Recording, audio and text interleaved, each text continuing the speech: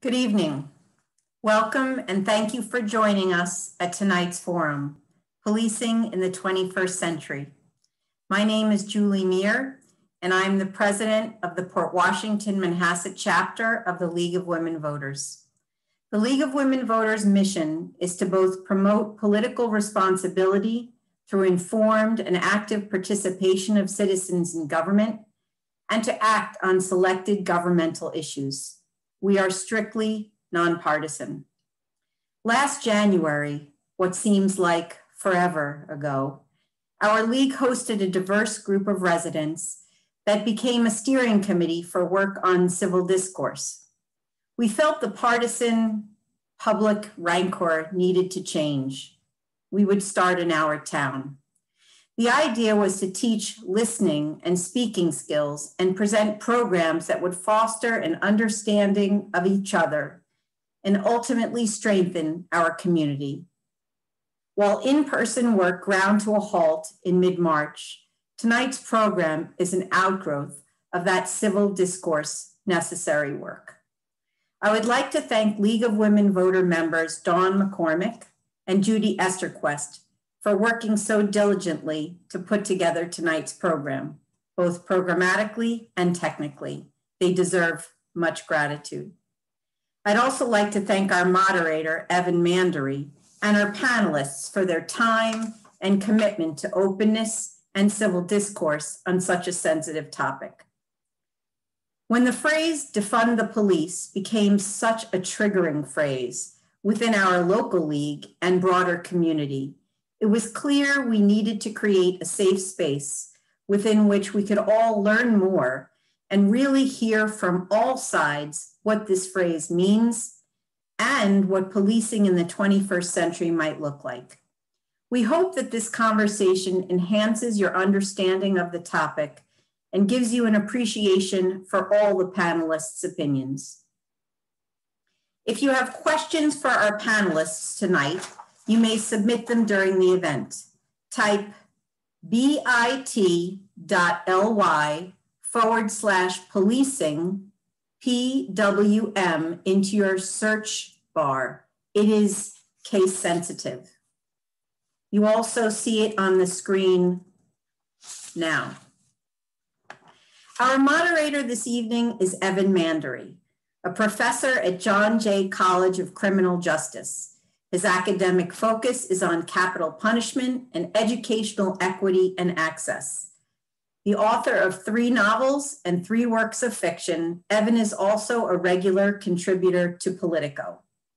A recent Politico piece from October 2019 entitled, "What Teaching Ethics in Appalachia Taught Me About Bridging America's Partisan Divide," makes it very clear that listening with understanding is the tool that really needs sharpening in our democratic toolbox. He is the co-creator of Artificial, a live interactive series on Twitch, for which he won a Peabody and an Emmy Award in 2019. Evan was born in Brooklyn, New York, and moved to Long Island when he was 12. An avid poker player and golfer, Evan lives with his family in Manhasset, New York. If anyone can help us talk about this hot button issue, it will be Evan Mandery. Evan? Well, thank you, Julie. I'm not sure I can live up to that, but I very much appreciate the introduction, and thanks to Dawn and Judy and everyone at the League of Women Voters. I couldn't more enthusiastically second the call for civic discourse, and I just can't imagine anything more constructive approach to an issue like this than to have a dialogue of this sort at the local level. As you mentioned, I'm sort of professionally interested in whether we can teach listening. I've actually been doing a long-term project with some of my students to see whether we can actually promote dialogues of this sort, and there's tons of interesting research about dialoguing across difference.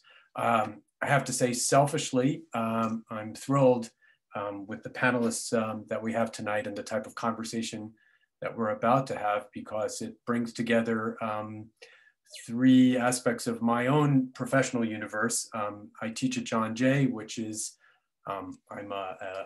Professor Vitale is also professor at CUNY. John Jay is a CUNY senior college, and it's one of the most diverse places imaginable, diverse in every sense of the word. And I've been a professor there for 20 years now. And so many of our students, who are overwhelmingly students of color and overwhelmingly students of color from low socioeconomic status backgrounds, have been affected by the criminal justice system directly in one way or another. I've also trained police officers for that entire part of for my entire career, and I know them to be people of goodwill who get into the work because they want to help people and have the best of intentions. And I've worked with academics almost my whole life, and I like them a lot. So let me introduce the panelists to you, and I'll just briefly say what the ground rules that we're going to have for tonight. I hope we'll have a great conversation. Jackie Duodu-Burbridge's work in nonprofit and social justice spans over 50 years.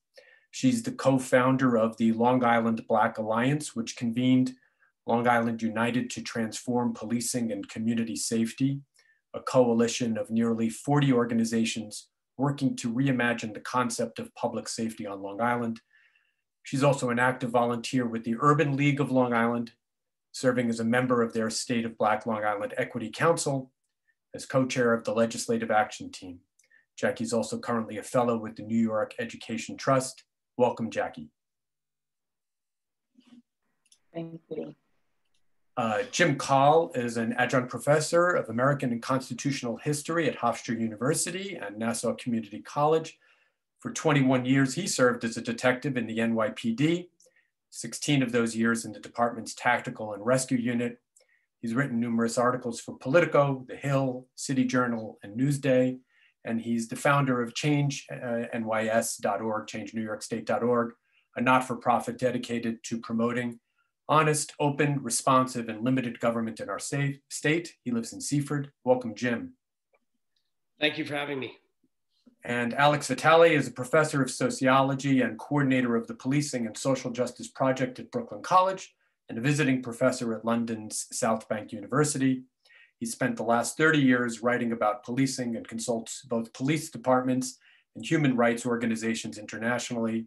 He's the author of City of Disorder, How the Quality of Life Campaign Transformed New York Politics and the End of Policing. He's also a regular on cable news. He's appeared on CNN, MSNBC, CNBC, NPR, PBS, Democracy Now!, and The Daily Show with Trevor Noah.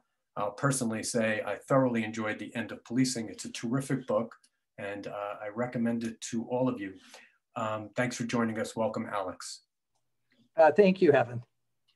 I hope we can have a conversation tonight. Nobody's running for office, so I think the idea is to try to find as much common ground as we can. We have a ton of questions to get to, but I thought to get the conversation going, I might ask you an unconventional icebreaker. I'm wondering if it's kind of an exercise in stimulating our empathy, whether you can start by trying to imagine the hardest issue from the other perspective. So Jim, I'm going to ask you first. What do you think, put yourself in the mindset of a young man of color growing up in New York City. What do you think is the biggest challenge and hurdles that they face in their interactions with the criminal justice system? How do you think they see it? Well, I think that that's a great question. It kind of gets to the heart of really the issue in this kind of debate in the country about the role of police. How do police view their role? How do others view the police in the different communities that they serve?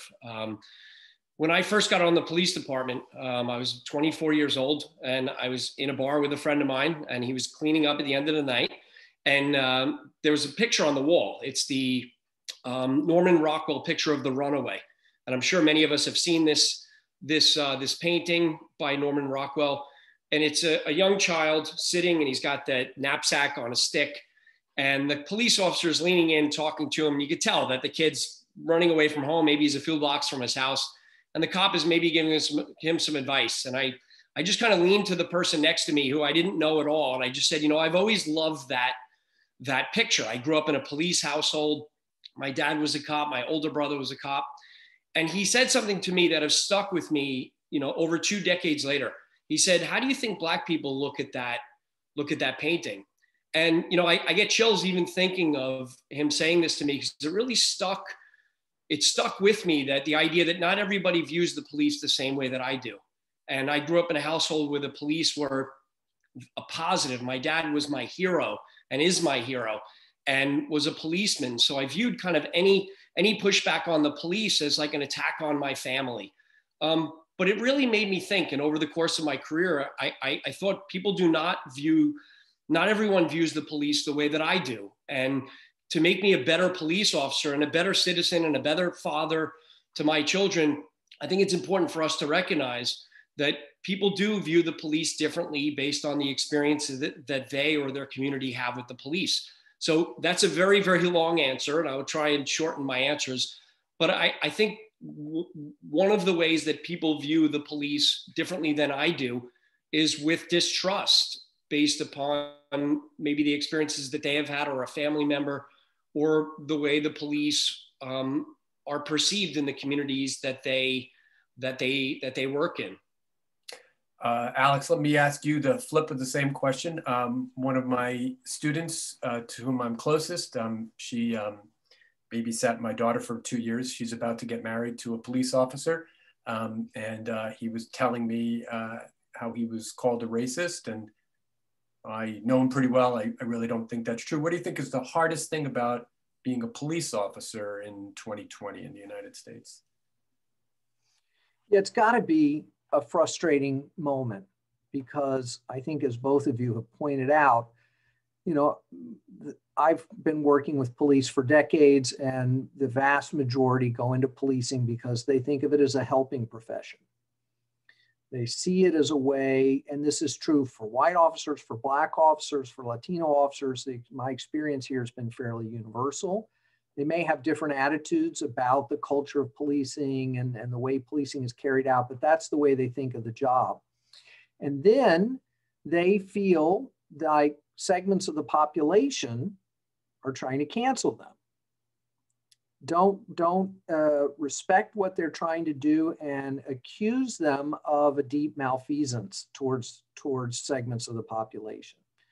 And so this must be utterly frustrating for officers, and perhaps provoking some soul searching, but also, I'm sure, some resentment.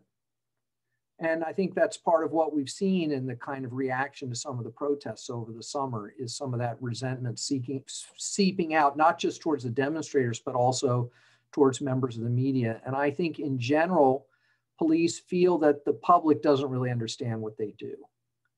And that is part of where that defensiveness comes from. Jackie, you'll see why I saved you for last for a second. What do you think is, activate your empathy on this, what do you think is the hardest part about being a provocative academic in 2020? What's the hardest part about being a provocative academic in 2020? Probably the inability to be in front of a classroom. Yeah. Right. Scenario. I will say, I've followed Professor Vitale's book since it came out, and I will say there are some extraordinarily exaggerated caricatures of it, and but that's when you put yourself out there. Jackie, do you want to weigh in kind of on the police officer question? What do you think is the hardest part about being a police officer today in 2020? I think it's a misconception about what a lot of the uprising has been about what even really the defund the police movement is about.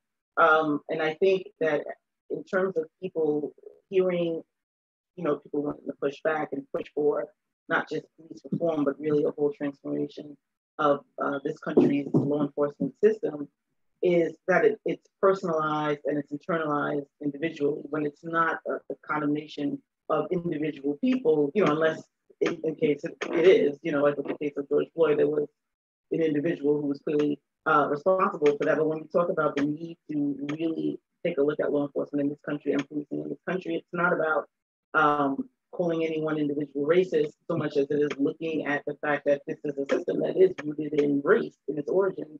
And what really does that mean? It's a systemic look that we should be taking. And so I think it's difficult because there's so much being misconstrued around that. And so obviously it's emotional, if you're a police officer, I'm sure you feel really intimately connected to that role, not like it's just a regular 9 to 5, it's definitely more than that. So I'm sure it's harder to separate the individual from that role when you're hearing the role be criticized. But I think it's important that we just, focus on the fact that we're not talking about condemning individuals, or we're not talking about, and when I say we, I'm talking really about the approach that my coalition has taken. There are different, more antagonistic movements out there, the ACAB, and some people do want to abolish policing. But it's not about individuals. It really is just about looking at a system that, like any other system, has the propensity to be flawed, and identifying what those flaws are, and then talking about how we can solve them.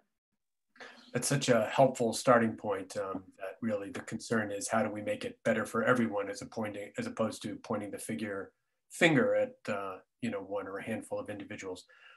Jackie, you're extremely well equipped to address a first question from the audience. What changes do you believe would do the most to promote community engagement and trust in the police?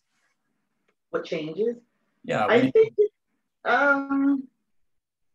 well, there are communities that we know that have, as Jim was alluding to earlier, different experiences with police, right? So that, of course, is going to inform a community's desire to even want to engage with police at all. And so I think once we really move into a place where we address discriminatory practices, over-policing of certain communities, ways, systems and policies and practices that lead to the violation of civil rights, where we can actually identify, and all of us, collectively acknowledge that those things exist, and then do the work of rectifying it, then you can come into a place where people are actually going to want to be engaged. Because if they continue to see a police department or a police force as the same entity that once, pulled them over for no reason, and when I say once, I really should say probably repeatedly, being pulled over for what turned out to be no reason. When you live in a region like Long Island and you see the local newspaper is, news just came out with the investigative report about obvious discriminatory practices amongst stops for the county's police departments and communities of color. And this is not the first time they ran an expose like that. And so, when you live in a community and you see that this is what policing means to people, if you can't get past that, you're never going to get people to a place where they actually feel with volition and exuberance that they want to engage with this police force. Jim, how do you think we improve the quality of the conversation? Well, I appreciate Jackie's perspective, and I think a lot of what she said, a lot of cops would agree with. The idea that discriminatory practices and, a police department that discriminates based upon one race, one religion, whatever discriminatory practices are being alleged. I've worked with thousands of police officers, and I think that every cop I've worked with would agree with the idea that we don't want those practices either. In an article I wrote in Politico a few years back, I kind of started with the idea that bad cops are not only bad for communities, but they're bad for good cops. So I think that there is, though, when we use terms like institutional racism, it is about individual police officers, because the actions themselves are being conducted by individual cops. So it's kind of easy to shield the idea, like, we're not talking about individuals, we're talking about the institution itself, when in fact it really does squarely seem like it is a kind of swipe at individual cops, because it's the individual cops that are making arrests and pulling people over. And I can tell you, when things like terms like systemic or institutional racism are used, when you pull people over and they are pulled over for a legitimate reason, people kind of quite often default to the idea that you pulled me over because you're racist or you're sexist or you don't like my religion, even though there is a valid reason for somebody being pulled over. So I think it becomes one of those things where it's kind of like in the eye of the beholder, where the cop doesn't think that they're pulling somebody over, or they believe that there is a justified reason for pulling somebody over. And the person being pulled over may see it as a racial incident or an incident about some other characteristic about them, when in fact there is more than likely a highly justifiable reason for the person being stopped or a person being arrested. I'm just smiling because I just located the power broker on your screen, so you're a lower right quadrant. I read took it that out New of York Times article, of course. Yeah. So my copy's in the other room. We got to see it in a second. Mine's in my living room. Jim, so like, I'm asking you a meta question though. So I take it what you're saying is you think the average police officer takes the charge of institutional racism as a personal attack? Well, I don't think how any police officer could take it any other way. I mean, the idea that, if you're talking about the institution that an officer is working for, and the police officers are the front line, they're the ones interacting with people on the street. They're the ones not making policy, but they're implementing policy. So wait, let me just focus. So before we debate the merits of whether that's true, and I want to let Alex weigh in, but that's not the charge of institutional racism. So how do you think we could produce a setting where police officers could at least hear that that's not the intent of the argument? So rather than get into whether it is personal or not, how could we create a setting in which people could hear the other side? Well, I think not just police officers, but the public needs to understand that when you talk about something like institutional racism, maybe the people that are talking about it, like Jackie, is not talking, as she says, and I obviously take her at her word, that she's not talking about individual officers, but people hear that and they infer that onto police officers. As you had mentioned, Evan, about the person that you know in your life, hey, I was called a racist yesterday, and there's no basis for that. So people are hearing that, and it's being applied to individual police officers. And that kind of broad brush is the same thing that critics of the police are accusing the police of doing, applying the broad brush. They're not mutually exclusive propositions, right? It could be that police officers are not individually racist, but institutional racism could exist, right? What I'm really asking is, how could we create a setting, whether you agree with that or not, how could we create a setting in which people could hear those competing viewpoints? I'm not really sure how I would love to, hear people's ideas about how we could figure out how to divide those two things. But I think people quite often see the headline and then they don't necessarily read the details. So they say, NYPD engaged in this practice. So that means that all the officers are doing this, or all the officers support this practice, or one officer is caught engaging in this. So that means that they're all engaged in this and they're all part of the cover up, and this blue wall will now protect them. And that is one of the ways that this does get applied in a broad brush, where people don't know the details of how these things are being played out by academics and law professors that are looking at the details of this, and sociologists that are looking at the details of this, and not necessarily applying it to the officers, but the public isn't reading it that way. You just took down my whole family, by the way. Alex, my wife's a sociologist. Alex, you probably do more of this. Oh, I lost you for a sec. You muted. I did it to myself. I anticipatorily muted myself. How do we promote a better conversation? How do we stimulate listening as opposed to, name calling? Well, I don't have a magic solution for that. I mean, people have tried different things. They've tried to, right now, the NYPD is engaged in a kind of listening tour around, Governor Cuomo's call to engage some questions about police reform. But, I just spoke to a reporter yesterday who's been going to a lot of these meetings, and it does not seem to be making much progress. Maybe if I could just sort of try to reframe the structural racism question for just a second. I mean, there are problems of racist police officers. I mean, in the United States, that exists.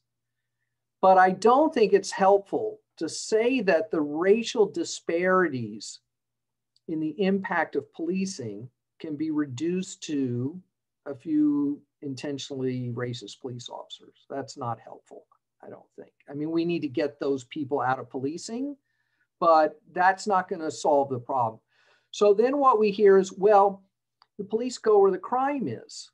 They go where the 911 calls are. And so that's not like a discretionary decision. So how can we say that that is either individual racism or institutional racism?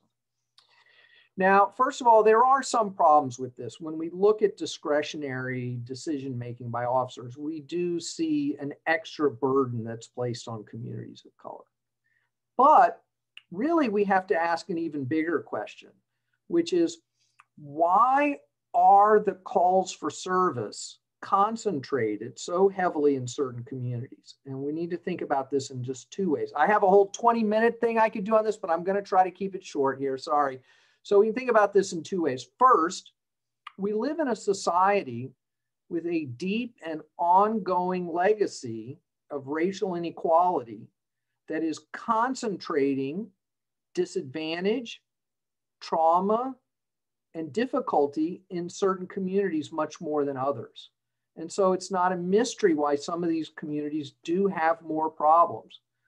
But the second way to think about this, and it's a way in which these racial inequalities are continually reproduced, is that those communities' problems get turned into problems for police to solve. While in a lot of other communities, these problems get resolved in other ways.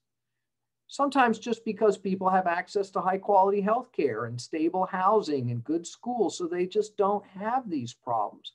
They don't, when their kid has a drug problem, they get them into treatment. In a community of color, they don't have access to those services. Their young person ends up in the criminal justice system. And this reproduces racial inequality. And the responsibility for this dynamic does not rest with the police. It rests with political decision makers. And there's a lot of ways in which police are caught between a rock and a hard place here. They've been assigned a series of missions from political leaders that even when they carry them out professionally and in an unbiased manner, produce community resentment because there's a deeper injustice behind them. Jim, I'm curious that, so that's what I take as kind of the central message of Alex's book, is that police are overextended. They're asked to do a multitude of tasks which don't have any necessary relationship to one another. Policing our schools, fighting the war on drugs, dealing with mental health problems, combating domestic violence. It's not a job that anybody could do. And there's a memorable passage in the book where he talks about how infrequently police are actually making felony arrests. And I actually think I read Professor Vitale's book as very sympathetic to police officers, maybe unsympathetic to policymakers, but very sympathetic to police officers who are asked to do a job that nobody could do. And I'm wondering if you've read it or that message resonates with you and your colleagues and former colleagues.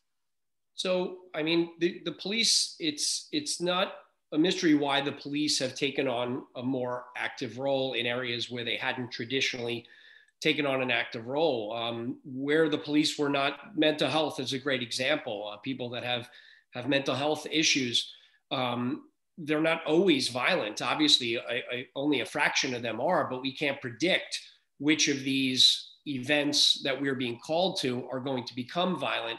So the police have taken on a more active role because situations have dictated, well, these are situations that potentially could turn violent. So we want police officers there to address a situation that could become violent. Now, I think the remedy for it is something that's counter to what Alex talks about in his book. He says it's not about police training. And I would argue, and obviously, I'm biased from a police perspective, that I think it is the better trained police officer that can handle those situations better than potentially they do now. And we have examples of that working.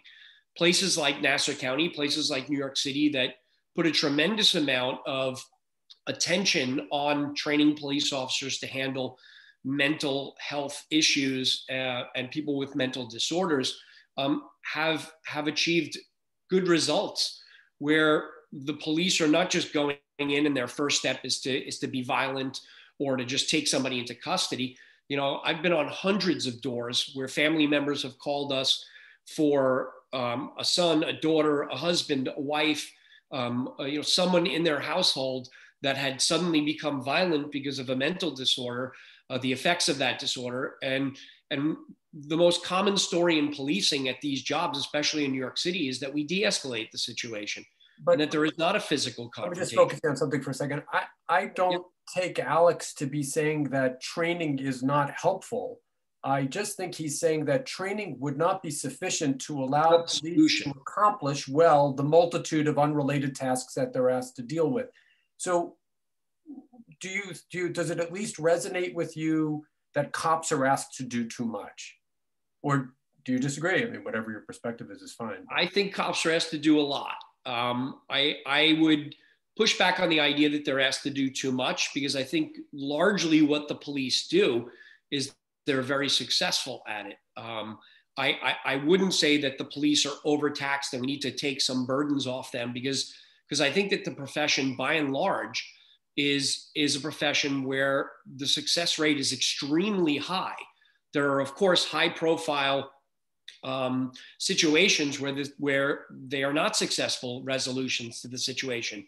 But the overwhelming, and I challenge any of us to find a profession that has more success in terms of the interactions that they have on any number of jobs, whether it's mental hygiene, whether it is enforcing a traffic violation or an arrest situation, where the situation does have a peaceful resolution.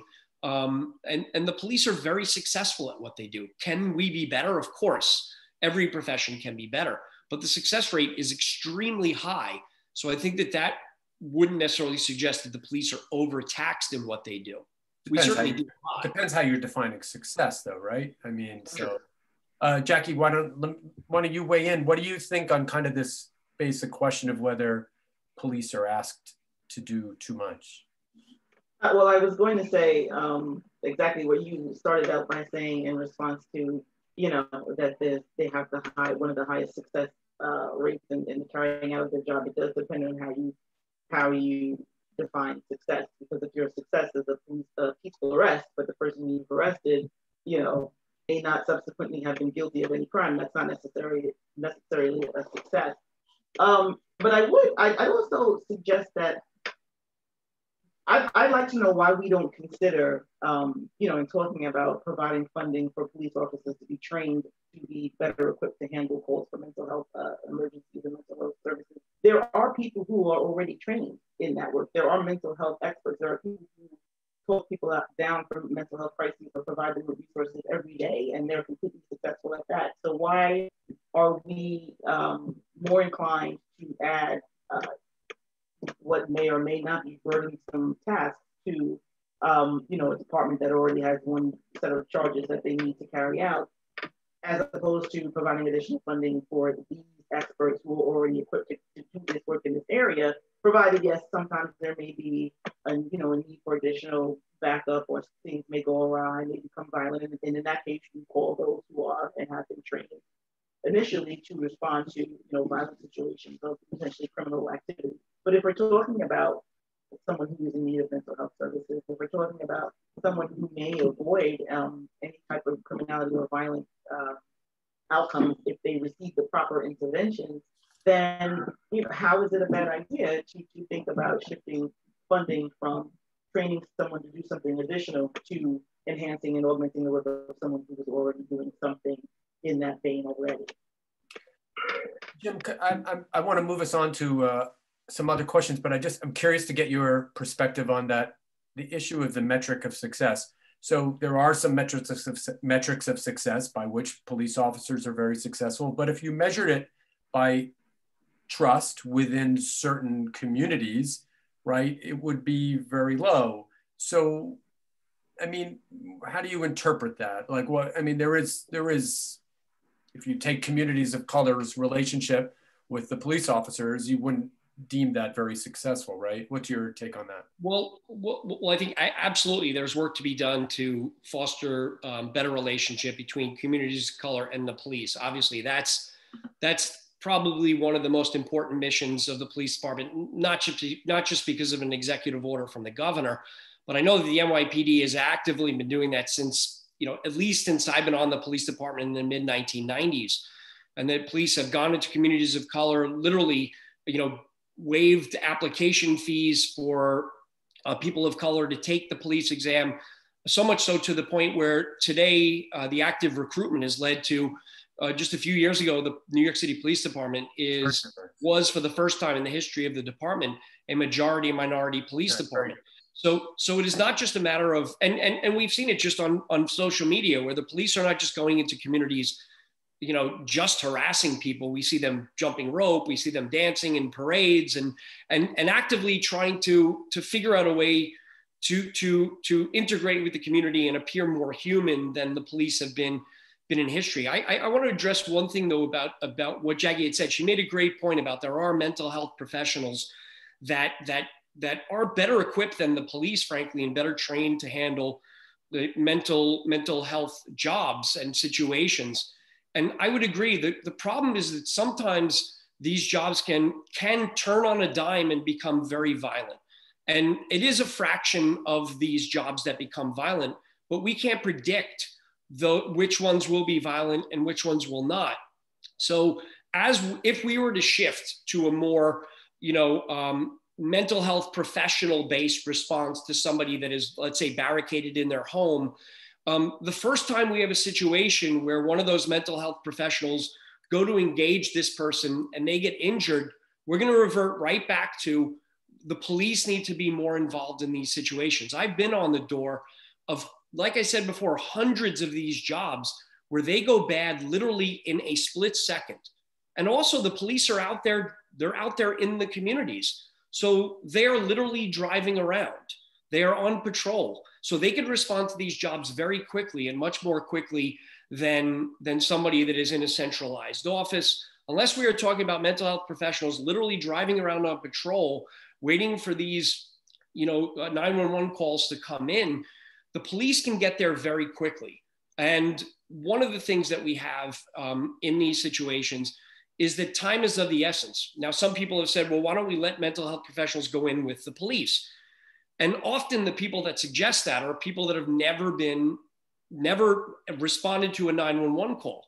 And they are people that are looking at a tabletop exercise where the 911 call comes in the hypothetical and all the resources arrive on the scene at exactly the same time. That is not what happens in real life. I can guarantee if there is a call to 911 where the police and mental health professionals get called at the same time and they respond to the situation and the police have to wait for them before they can go in, the police will be sitting outside of a potentially dangerous and volatile situation going on inside a home or an apartment, waiting for the mental health professionals to get there. It's kind of unrealistic to say that this needs to be kind of a dual response. Can I just respond to that a little bit with a few? So I have an op-ed in this morning's Philadelphia Inquirer about this subject, so people can see what I have to say in more detail there. But we have some models. This is not just an abstract concept. There's a region in Oregon that includes a number of cities where they have a non-police-based response capacity. In New York City, EMS and fire are closer and respond more quickly than police do. So that's not like the only possible quick response could be police. But in Oregon, last year, they have this crisis response capacity. It's built into the 911 system. They went on 24,000 crisis calls, 20% of all 911 calls. And out of those 24,000 calls, they requested police backup 150 times. That's 1/2 of 1%. So you're telling us that we need to have the police go on 250,000 of these calls, which is about how many they went on last year, because a few of them might need a police backup. To me, this seems backwards. And the reality is that these mental health clinical outreach workers are not being killed or not being seriously injured. And that part of the reason for that is because they are not police, because they don't engender a violent reaction. Jim, respond, but you can keep it short. I mean, I do think, I take what you're saying makes perfect sense, that they sometimes go very bad, but that isn't that the exceptional case, not the common? It absolutely is the exception. I had mentioned before that only a fraction of the cases do they actually turn violent. And I would argue that the reason why they're not turning violent is because the people that are responding to these jobs, especially in New York City, Nassau County, know what they're doing, and they're very, very well trained. It's not like the police go in and their first instinct is to use deadly force, or even to use what we call kind of a less than lethal force, things like tasers and the like. The police get very good at this. Alex is saying in the case where mental health professionals take the lead, that kind of the paradigmatic example is it doesn't go bad either. So why default to having police as the point of first contact? So I was a police officer for 21 years. My older brother was a police officer for 26 years. My dad was a cop for 20. Thank you very much. I'm serious. I think it's an incredibly important job, and I mean it sincerely. So thank you. It was. I can't tell you how rewarding it was. I mean, it really is the kind of job where you can literally see in an instant that you've helped people, and very few jobs have that kind of immediate rewarding job. Immediate rewarding satisfaction.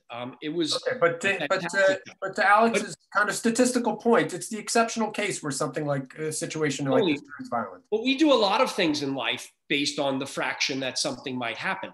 I was a cop for 21 years, my brother for 26, my dad for 20, my younger brother for 9 years. Not one of us have ever fired our guns, yet we wore a bulletproof, and yet we all wore bulletproof vests. None of us were in a shooting.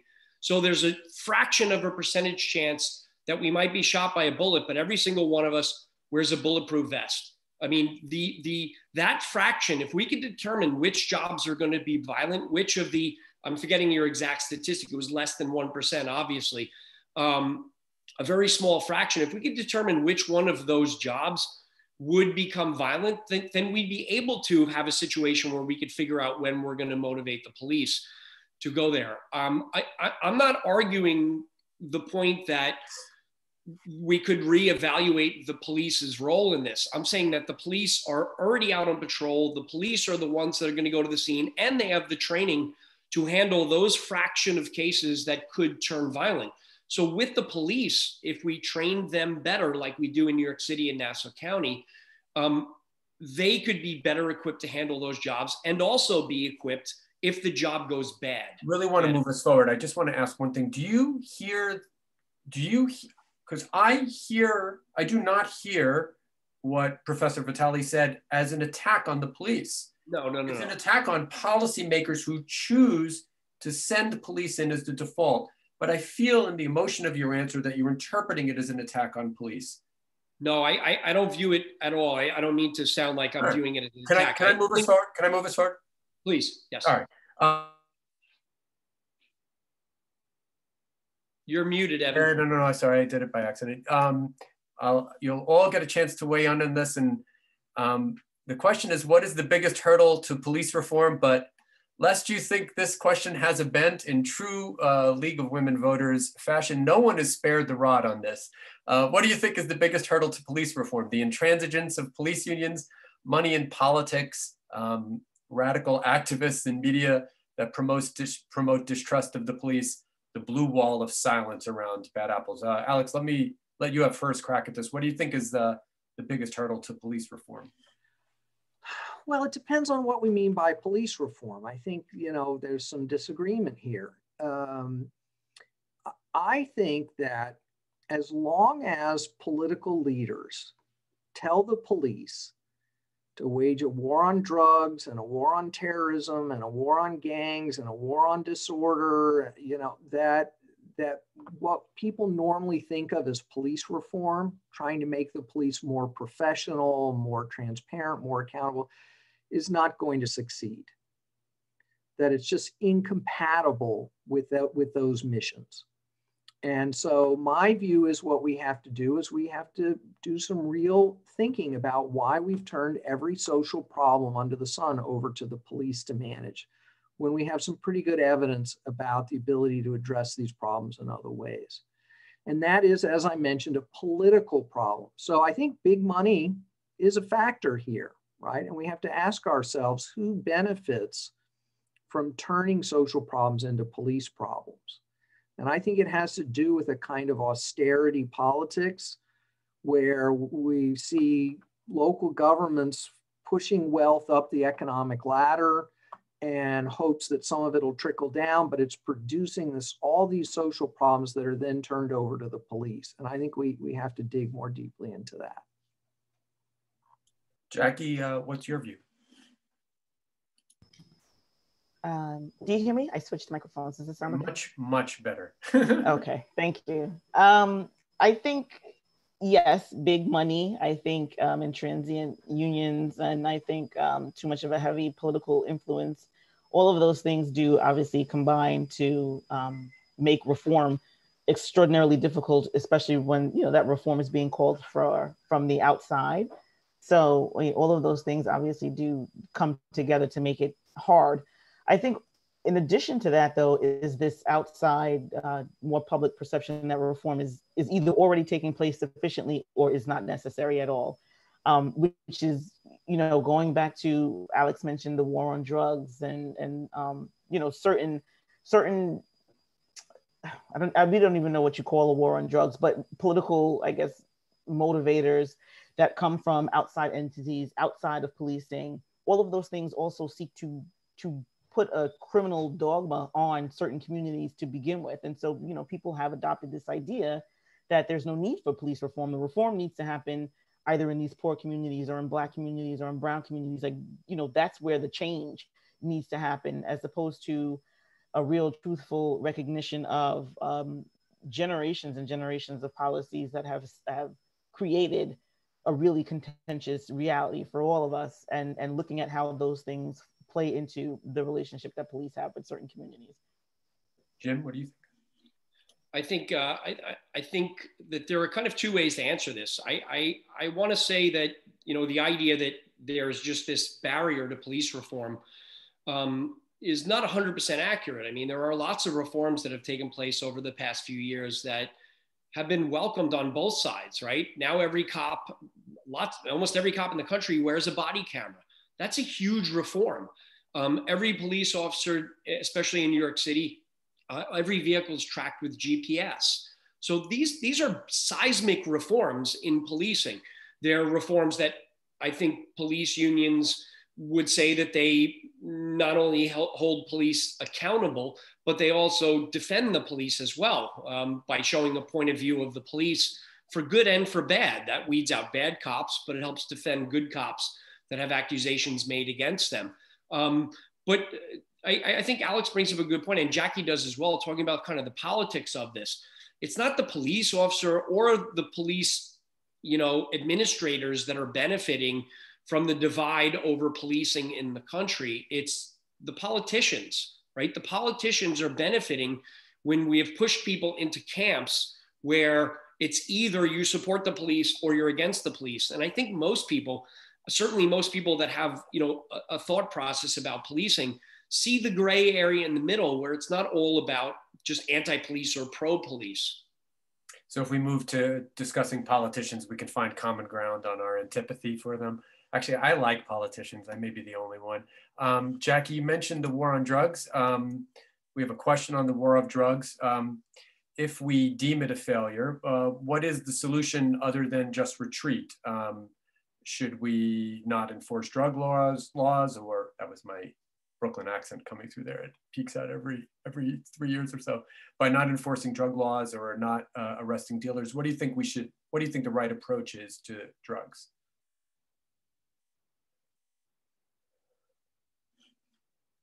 Jackie, you go first. Oh, she froze. I think she's frozen. It looks like her screen is frozen.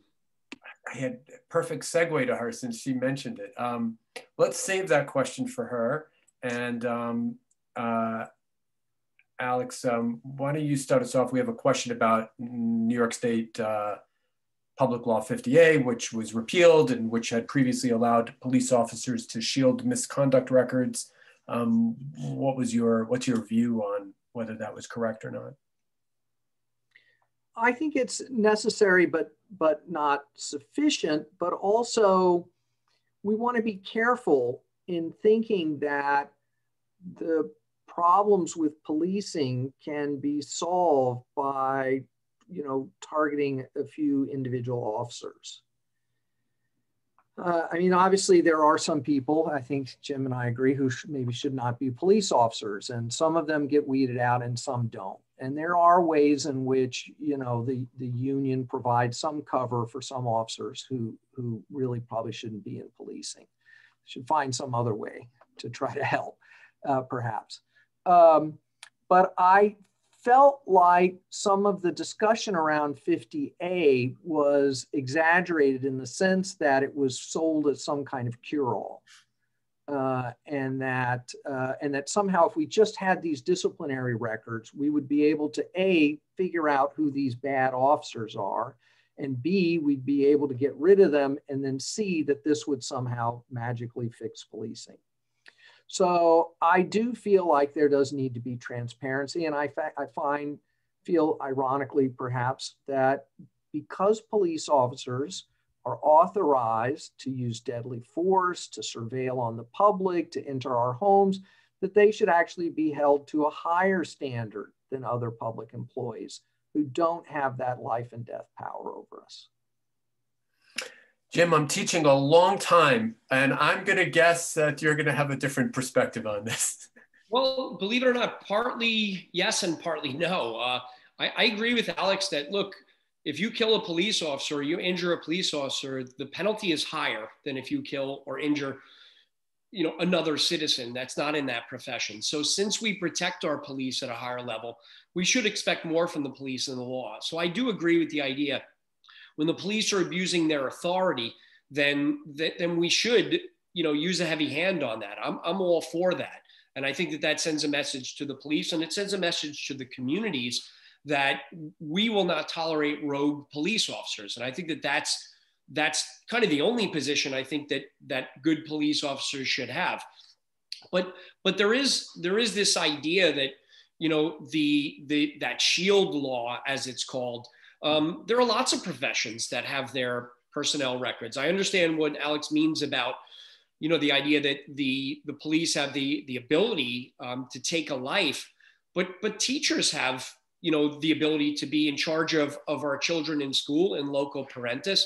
Our politicians, have a tremendous amount of responsibility dictating literally how we live our lives, especially in New York in almost every aspect. Yet their personal records have a tremendous amount of shielding around them. And I'm not advocating for the repealing of the shields around teachers, but I will tell you this, that police officers know that their disciplinary record can be used against them. And sometimes defendants in cases know that they could malign a police officer by making an allegation and kind of ramping up these allegations. Even unfounded allegations get reported in the press when a police officer is on trial. So the release of the records might not be the most accurate reflection of what's actually happening. They're usually one person's account, and it's somebody in some of these situations that might have an axe to grind against the police officer or is looking to kind of insulate themselves in an upcoming criminal case. So even the release of the records is not a completely accurate portrayal of a police officer's career. Jackie, we had a question about the repeal of 50A and the prior shielding of misconduct records. I don't know if you wanted to have a shot at weighing in on that. Please do. So I didn't hear the first part of either of the responses. I apologize. I had some technical just difficulties. Say what you feel. I do feel like, I don't feel like if there are a plethora of complaints made against any one particular officer that those complaints should be hidden, particularly if it's something that includes violence against a civilian. I think, we as the civilians have a right to know that. But I also think that even going a step ahead of that and saying, if there are numerous credible allegations of police misconduct, then we really should be getting to the root cause of why that's happening and why it seems to happen so often that there even needs to be a law made to say, people who work in this particular line of work shouldn't have the right of privacy. Let's talk about the real issues, do away with them, and then perhaps there wouldn't be this public outcry for so much transparency in all of these allegations of misconduct. And Jackie, you had mentioned before your tech issue, you had mentioned the war on drugs in your answer, and I wanted to give you a chance to answer the question. What do you think is the right approach to dealing with drugs? Substance abuse is a health issue. If we're going to throw money at solving something, it's not criminalizing addiction. It's intervening. It's, for not only those who engage in the selling of illegal narcotics, but those who are taking. Let's get them the medical supports that they need. Let's get the mental health support, the substance abuse supports, the familial supports that they need to overcome an addiction and to, be in a place of better health.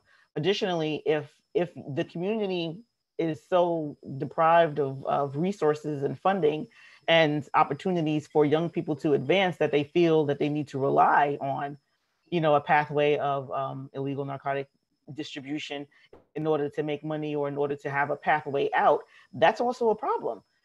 So no, we shouldn't just ignore it. We should be creative in our approach and thinking about different solutions.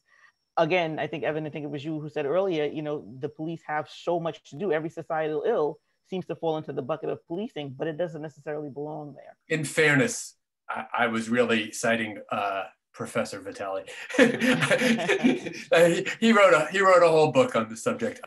Alex, I know your answer because I read your book, but do you want to weigh in on what you think the most constructive approach to dealing with drugs would be for our audience?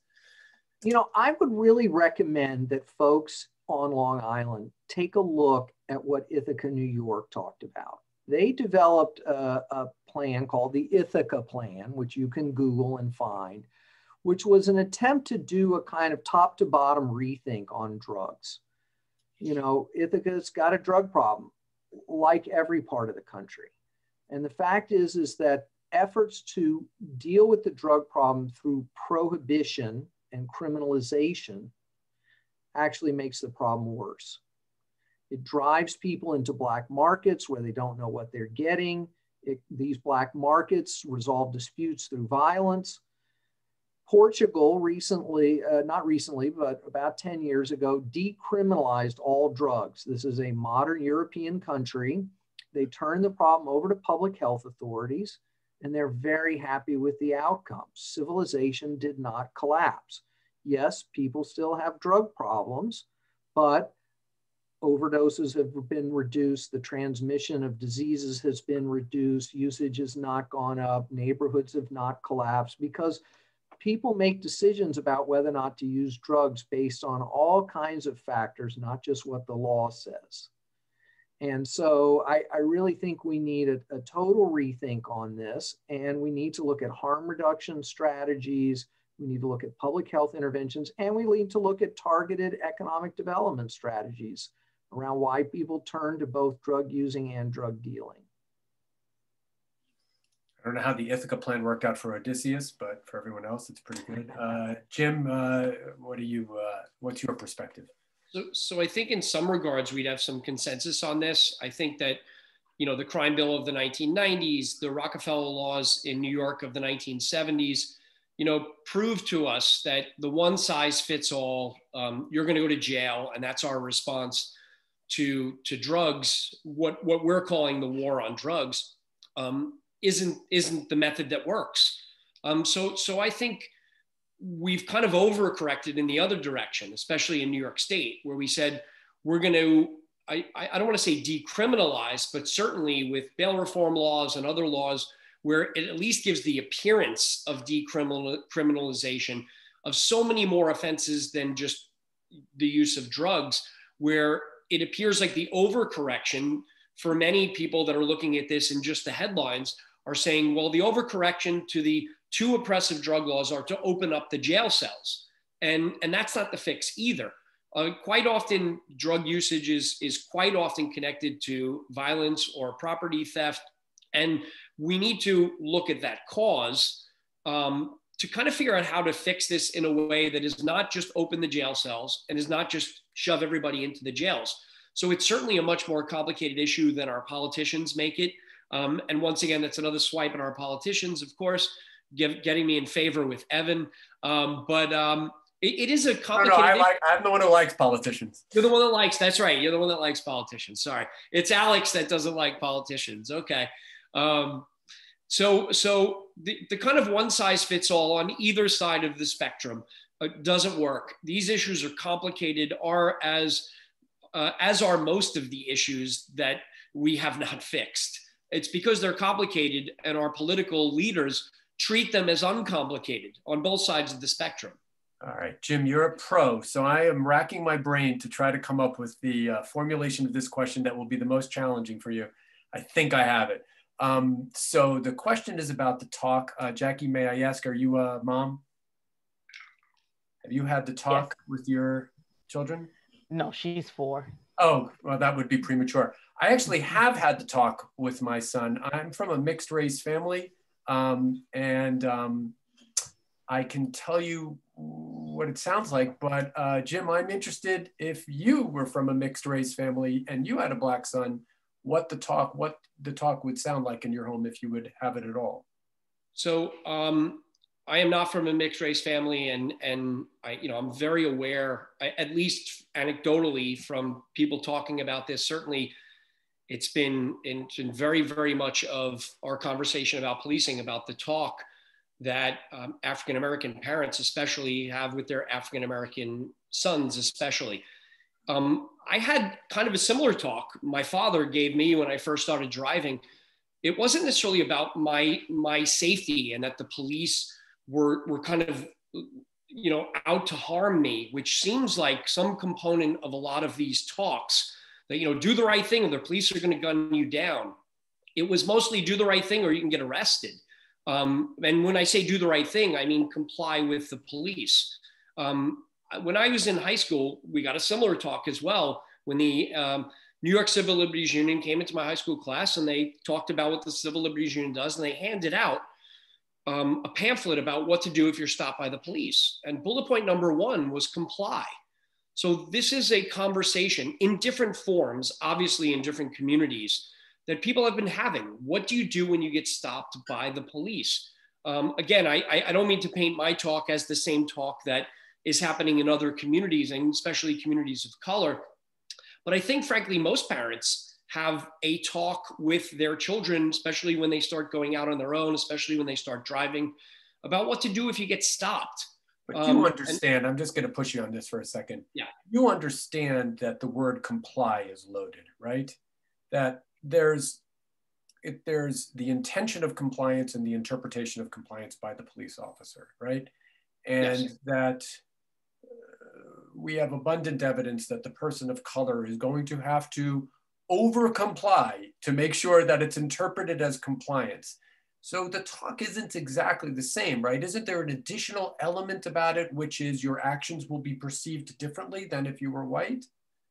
I know that is part of the public dialogue where the idea is. I'm telling you, in my house, that is the dialogue, and I've read a ton of data. So I'm saying to my kid, as a statistical matter, I want you to survive in an altercation like this. I am telling you some things that might seem subjectively reasonable to you may not work, and you need to understand this. And you're a smart kid, and it's just not the same. It's just not the same talk that my dad had with me. My dad's but where is the statistical matter? I mean, statistics show us that more white people are shot by the police than Black people. So the idea that you're smart enough that you're not just going to rely on a gross disparity, right? I mean, so there are more white people, so that fact in and of itself doesn't mean anything, right? I mean, you understand that people of color are at heightened risk of being stopped and having that stop lead to a frisk, and they're at heightened risk of the altercation turning violence. I mean, I could go through every element of the criminal justice system. Where we may disagree, though, just before this goes too far, where we may disagree is the whole point of the conversation. No, it's important. And again, my background is colored by my experience with the police, as are other people's experience as well. And I don't mean to take that away from them as if they should be believing what I'm saying. I'm saying that my experience, the idea that statistically, as you're pointing out, that the situation is different for Black people in this country, the inference is that it is different because they're Black people. And that's— No, I don't care. I don't care about the because. I just want my kid to be okay. Sure. And I want your kid to be okay too. Absolutely. No, I don't think you don't. Right. But I think the why is an important question. And I think the why is, I don't mean to dismiss the idea that, you know, people in communities of color feel like the police are a threat to them. That's partly, in some cases, their experience with the police. That is not my experience. So it's hard for me to talk about why they would believe that and why they would think that. It really does, for me, come down to the why. Why would somebody believe that they have to act differently around the police? Are the police treating them differently because of their race? And for me, I think that's a more complicated answer than just yes and no, for me personally. Can I Of course. So I think, well, I know that people believe that because of, like Evan said, statistics. You know, there's research, there's studies. I mentioned the Newsday article earlier, and in that article, based on their research, their analysis of Suffolk County's police records, Black drivers were stopped. I think, I should have jotted down the numbers, but obviously it disproportionately. Yeah. So, and then you see that also, even though they were stopped more often, they were less likely to be found with some kind of illegal contraband than their white counterparts. But, you know, when we see these kind of stats rolled out in front of us all the time, you have to know that the common denominator is race. You know, it's not like Black people are being pulled over more frequently and they all happen to be over 5'7", and so that maybe that's the commonality. You know, it is a matter of race. I don't think there's really any way to gloss over that or to not accept it as a hard truth.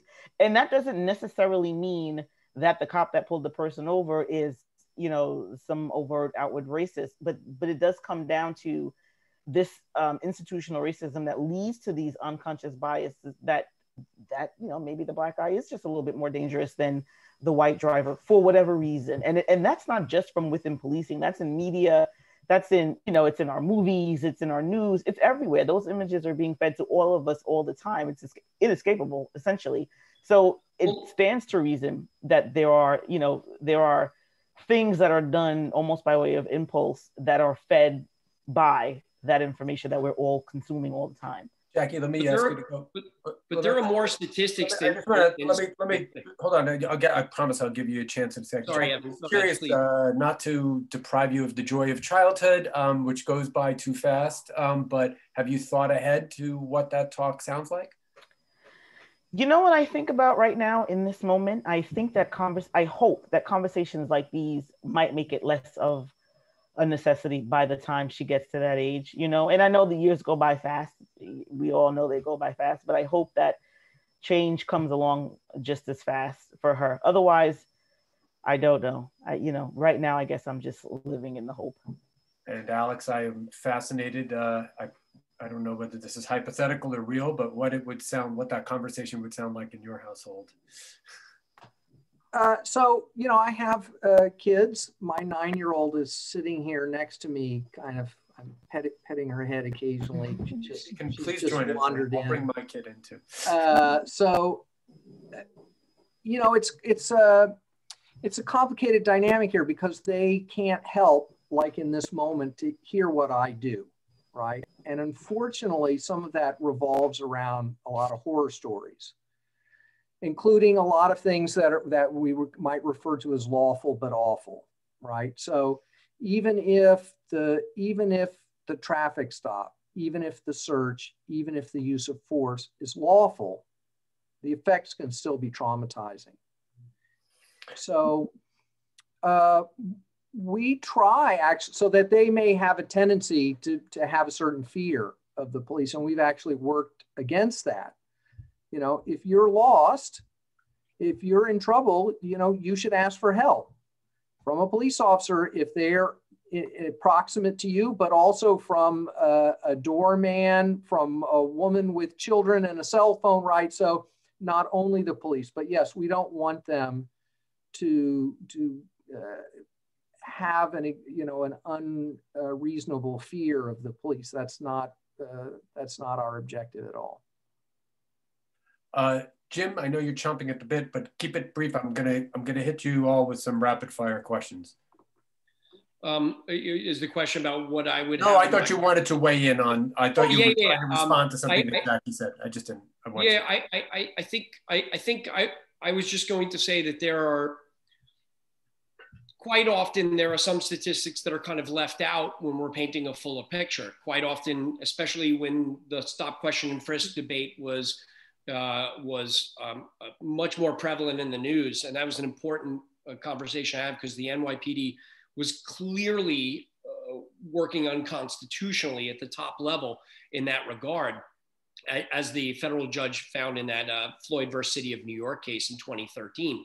But I just want to point out, quite often we say, well, there are 52% of Black and brown people in New York City, and 84% of the stops are people that are Black or brown. And that equals that the police department are obviously operating in a way that's racially discriminatory. Well, there are factors when we look at situations like that, and like the recent article in Newsday, where we don't look at the entire picture. We look at one stat or two stats that gives us a piece of information, and then we say, well, that leads to this, conclusion. When in fact, in New York City, when 84% of the people that were getting stopped were Black or brown, roughly 84% of victims of violent crimes in New York City were identifying their attacker as Black or brown. So that paints a larger picture. I don't mean it's completely conclusive. I don't mean it exonerates the police in this conversation, but it certainly paints a fuller picture than just simply saying this statistic equals this. All right, I'm going to ask you I'm going to try to get through a bunch, get your perspectives on a range of issues. We have about 15 minutes left, so keep your answers to a sentence or two and we'll cover a lot of ground. Jackie, do police officers belong in public schools? No. Professor Vitale. The lightning round. Yeah, I'm a fan of parody. I think we need a total rethink on that. And I had an op-ed in the Daily News about 2 weeks ago on this subject, saying no. Professor Coll. I'm going to say it depends on the school. You can expand. I'll give you one more sentence. I thought it was lightning. It is, like slow lightning. Well, there are some schools that are more dangerous, and you need a police presence. I know New York City has kind of bridged that with putting school safety officers, which kind of bridges the gap. But obviously, it depends on the school. That would be my answer, and the situation of crime in the schools. All right, Alex, decriminalization of all drugs? Question mark? Some form of either decriminalization or legalization. We can get into the fine points later, but the answer is yes. It might look different for different drugs, though, exactly how we do it. Jim? since you asked the question as an absolute decriminalization of all drugs, I will say no. Oh, was that a very lawyerly, was that like a logic game response? Okay, almost all drugs. I mean, what would you leave? Well, I think that most people would agree with, you know, the criminalization of drugs like hallucinogenics in the workplace, things like that, where hallucinogenics, if you're looking out for children, you shouldn't be taking drugs, kind of like how we treat alcohol. There are some places where alcohol is acceptable, and there's some places where we regulate it more, and we even ban it.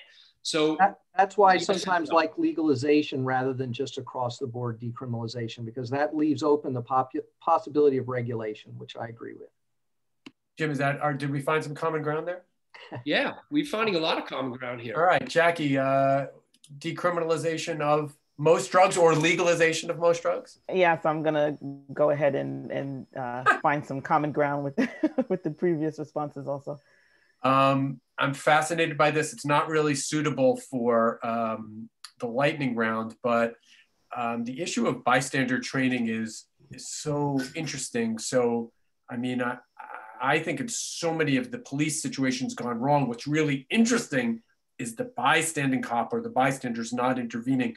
What's kind of the single most useful thing we could do to empower bystanders? Jim, you're nodding, so I hope you have a. I think one of the things, this will be my lightning round answer. I think one of the things, I mean, we've already done. I mean, the camera has like empowered the public to kind of be an eye on the police, and I think the police over time will get more and more used to that. I think many cops have gotten used to the idea that someone's always watching. You know, when I first started on the police department, my dad told me this years before cell phones, act like you're always being videotaped. If you wouldn't mind seeing it on the evening news, then do it. And that's how I think police, for the most part, are used to just always being taped. So that is kind of an equalizer. Jim? You know, who did you want to go next, Evan? Oh, sorry, Alex. Yeah.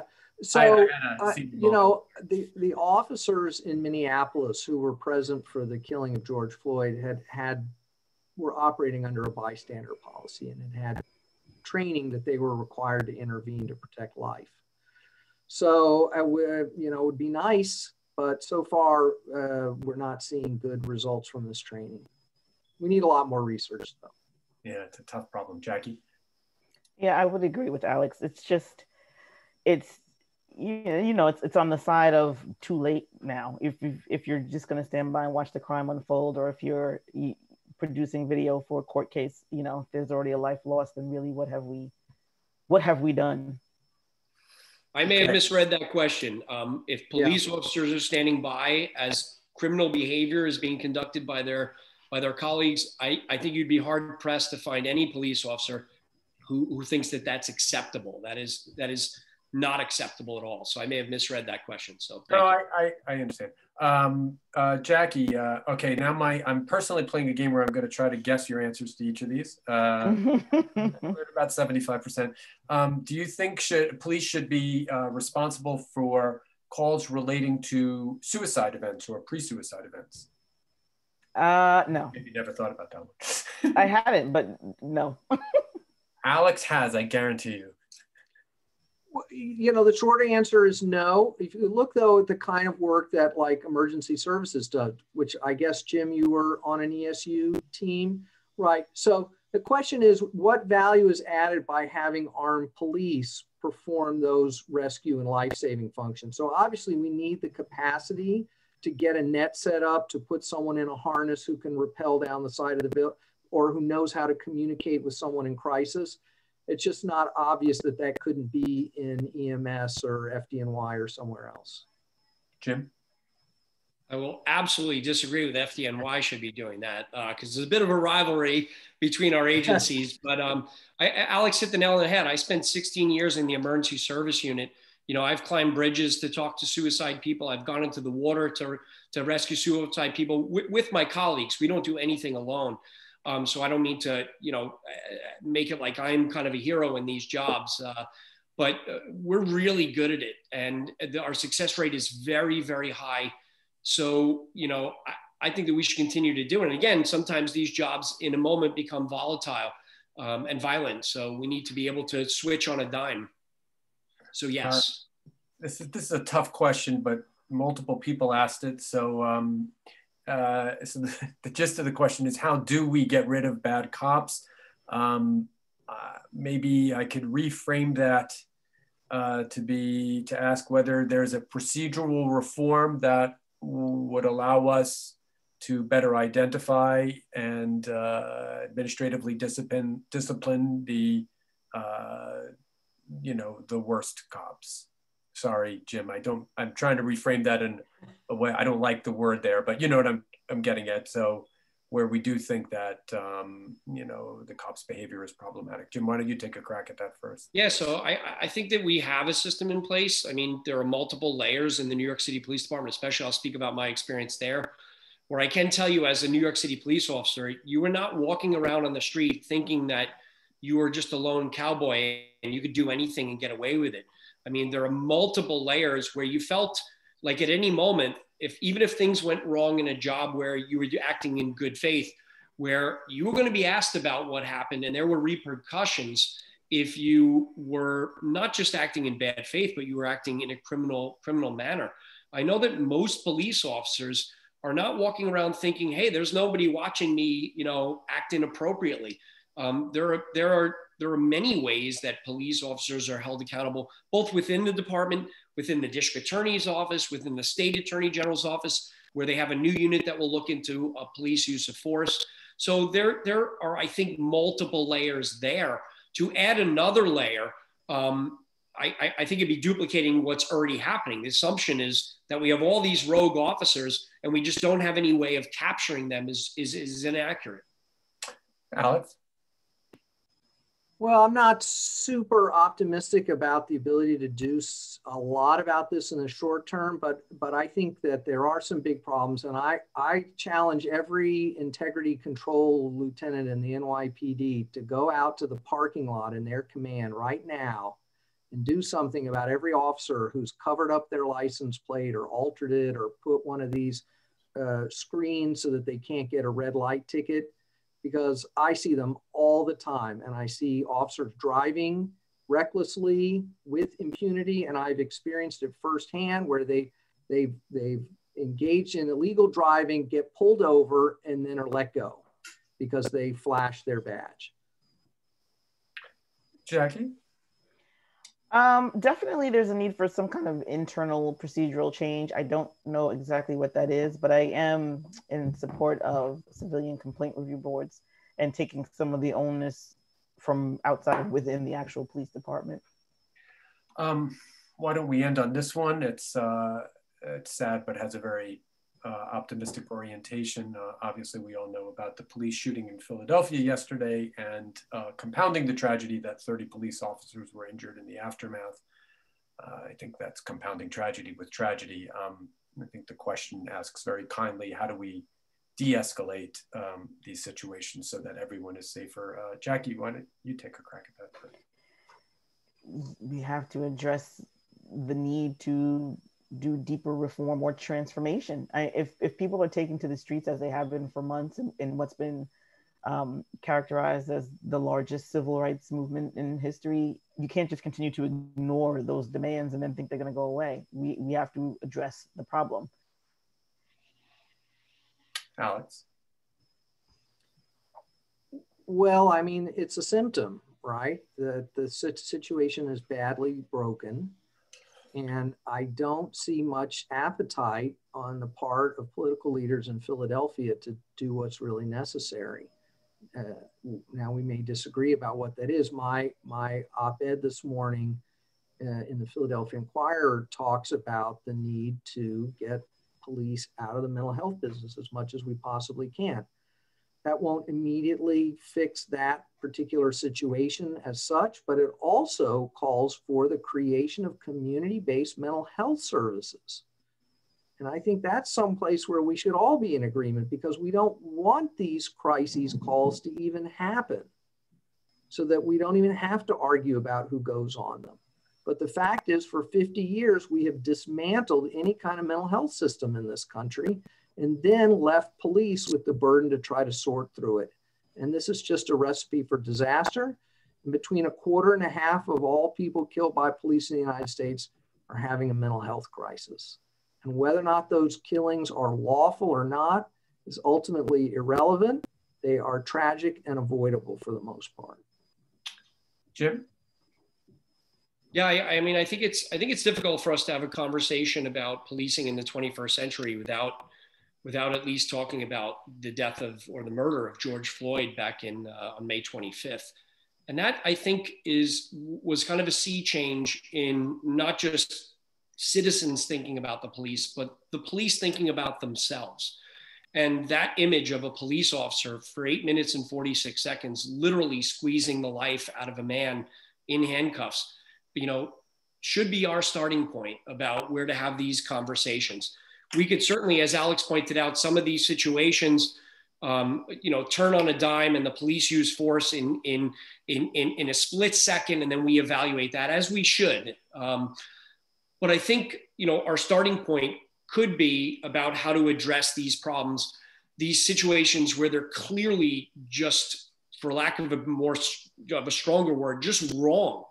And we kind of missed that opportunity. I'm thankful that the league and the fellow panelists and you, Evan, are using this opportunity to address these issues. But I hope for the greater population, we don't miss this opportunity to have a better conversation at large. Maybe it's better understood if every police officer knows that people like Jackie are going to be telling their daughter, having the talk with their daughter. We need to know that as police officers.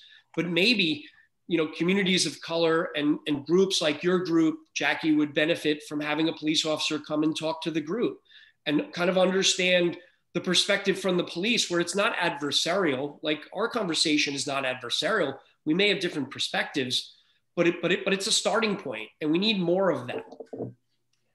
Well, it's a great place to end. I couldn't second that enough, Jim. I really want to thank the league for organizing a conversation like this. I think we heard different perspectives and no one was hurt. No one called anybody any names. And I really think we're underestimating Americans' capacity to do this. Jim, I can't imagine someone representing the police perspective with more intelligence and a sense of humor. I'm not sure I'm letting you have the talk with my son, but I would definitely have a beer with you. And I mean, there is nobody who doesn't think that the world needs police officers, whether we think the mission needs to be reformed. And I think we all owe them a debt of gratitude. And I really appreciate the spirit with which we participate tonight. Jackie, I can't imagine a community activist with more intelligence and passion than you. And I really appreciate your contribution. And Alex, it was a thrill for me to get to meet you. I don't read too much stuff on Facebook, but I will say, I heard, people say the most ridiculous thing, and one person wrote about your book, oh, he wants to get us all killed. It's so the opposite. Alex's book is so, first of all, readable and presents, it's academic. I mean, it's scholarly. I mean, there's so much interesting history of how policing evolved internationally and in the United States. And I think its message is actually extremely pro-police, however it's framed. But I'm a fan of your dialogue, and I really think it's extraordinarily commendable that you took the time to participate in a community dialogue like this, because I do think this is the only thing to happen. There you go. I'll bring my daughter in a second. Alex, thank you so much for doing this. That's very nice of you to say, Evans. Much appreciated. And really, that tone is not an accident. It comes from having spent decades working with police all over the world. Thank you all. Thank the league. Thank you to all of you for participating and for your excellent questions. Have a good night, and I hope we do this. Good night, everybody. Thanks so much. Good night, everyone. Thank you. Thank you.